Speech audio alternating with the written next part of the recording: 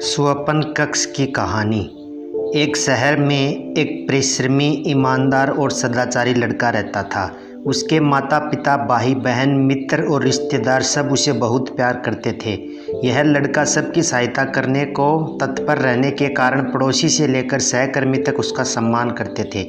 सब कुछ अच्छा था, किंतु जीवन में वह जिस सफलता प्राप्ति का सपना देखा करता था वह उससे कोसों दूर था। वह दिन रात लगातार मेहनत करता, किंतु असफलता ही उसके हाथ लगती।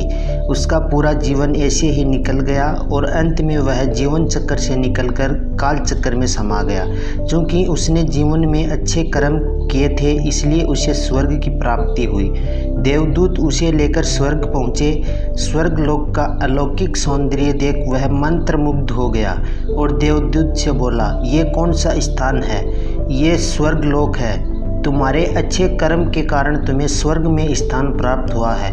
अब से तुम यहीं रहोगे। देवदूत ने उत्तर दिया। यह सुनकर लड़का खुश हो गया। देवदूत ने उसे वह घर दिखाया जहां उसके रहने की व्यवस्था की गई थी। वह एक आलीशान घर था। इतना आलीशान घर उसने अपने जीवन में कभी नहीं देखा था।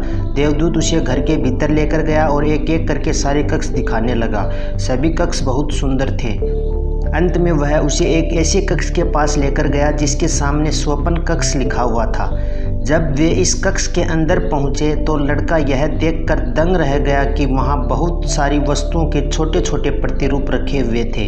ये वही वस्तुएं थीं जिन्हें पाने के लिए उसने आजीवन मेहनत की थी, किंतु हासिल नहीं कर पाया था।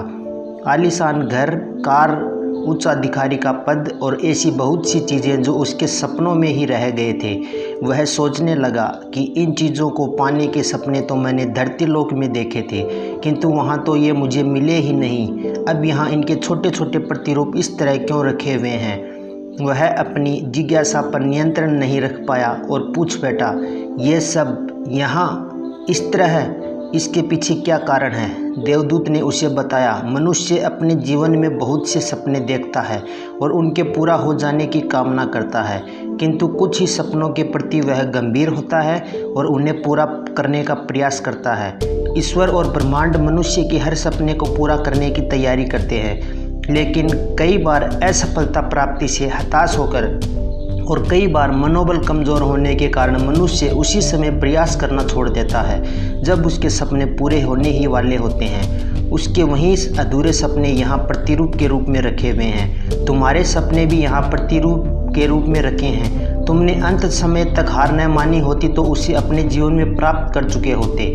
लड़के को अपने जीवन काल में की गई गलती समझ में आ गई, किंतु मृत्यु पश्चात अब वह कुछ नहीं कर सकता था। इस कहानी से हमें यह सीख मिलती है, हमें समय रहते अपने लक्ष्य को प्राप्त करना चाहिए, चाहे कितनी ही समस्याओं का सामना करना पड़े।